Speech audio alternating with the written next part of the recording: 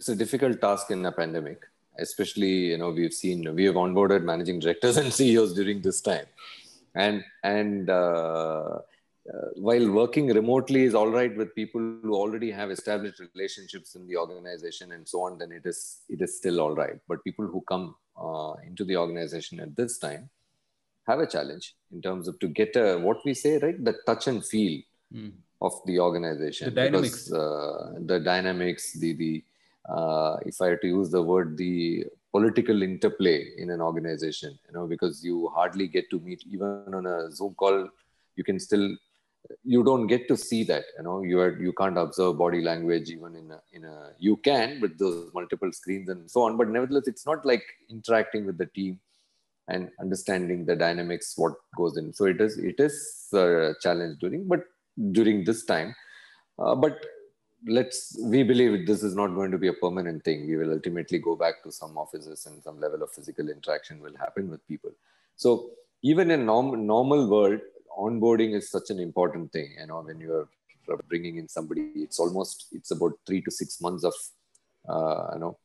hand-holding the person into the new organization and, kind of get him understand the culture, the, various aspects of the organization before he kind of makes up his mind in terms of which direction is. So if you don't onboard people in a right fashion, what happens is people then get into this, they assume a lot of things, they form opinions. And we've actually seen a couple of cases at senior leadership, things have actually gone wrong in 6 months because of lack of the physical onboarding in a globally disparate organization.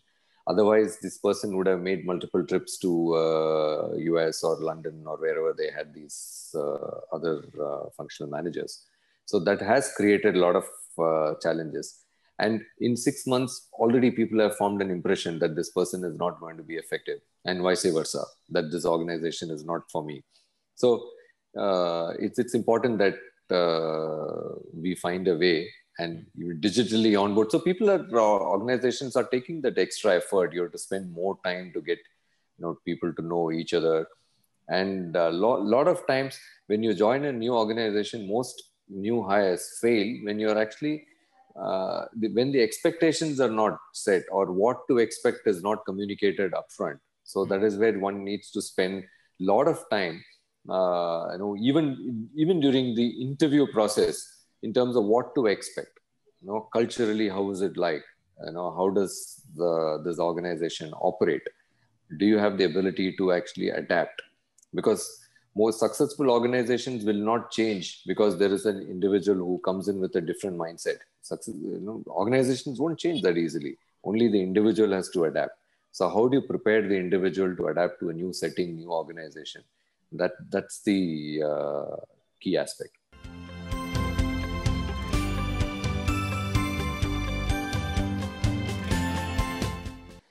But yeah, it doesn't actually fit into your original concept of careers and ownership and so on and so forth. So gig is obviously very temporary in nature. And that's the nature of the beast today. So organizations are comfortable with that. But one thing is clear, that gig workers are never going to be the core of the organization. I think they have to be comfortable. And they are probably comfortable with that fact, that they are not the organization's future. They are probably the sort of a here and now kind of a workforce. And as they view organizations also view them in that way. So there isn't any commitment on either side. Right. So, and that works well for people these days. So perhaps, so there are a set of individuals who are comfortable with it.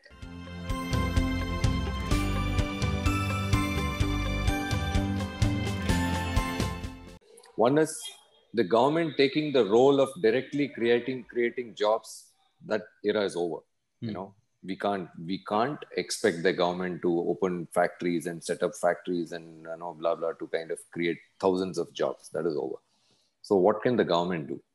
So, and here, if you look at even our focus of our conversation, we are focused on, typically it's in the construct of around large companies which create employment and so on and so forth. So just let's take a shift away. India is a land of entrepreneurs.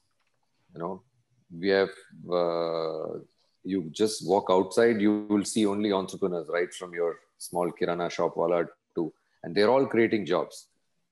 Each one of this, these small enterprises they create 3, 4, 5 jobs.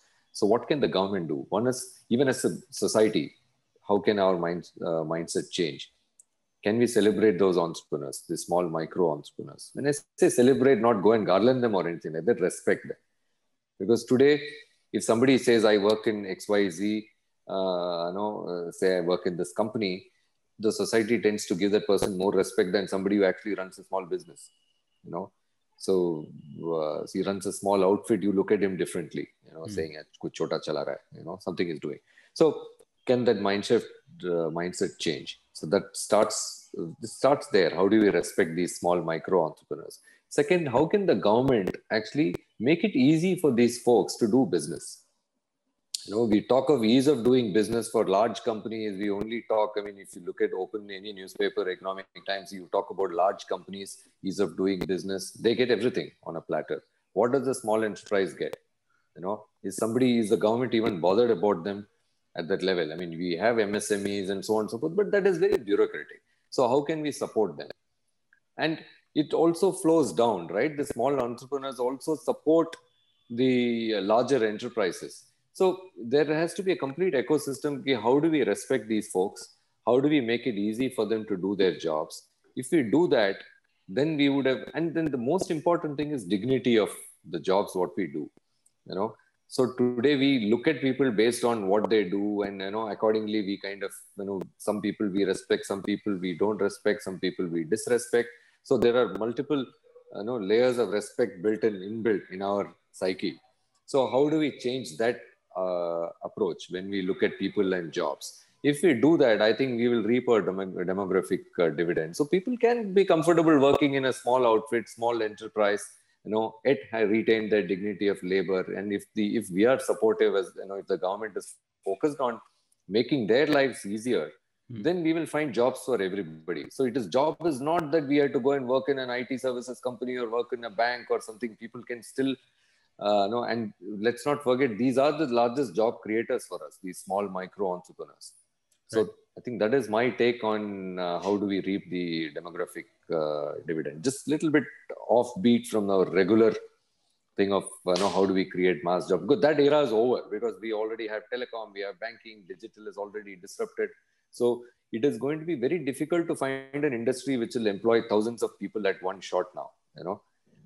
People who already have lakhs of people on their payroll, they're only going to reduce over time because of digital disruption and all those things what we spoke so far.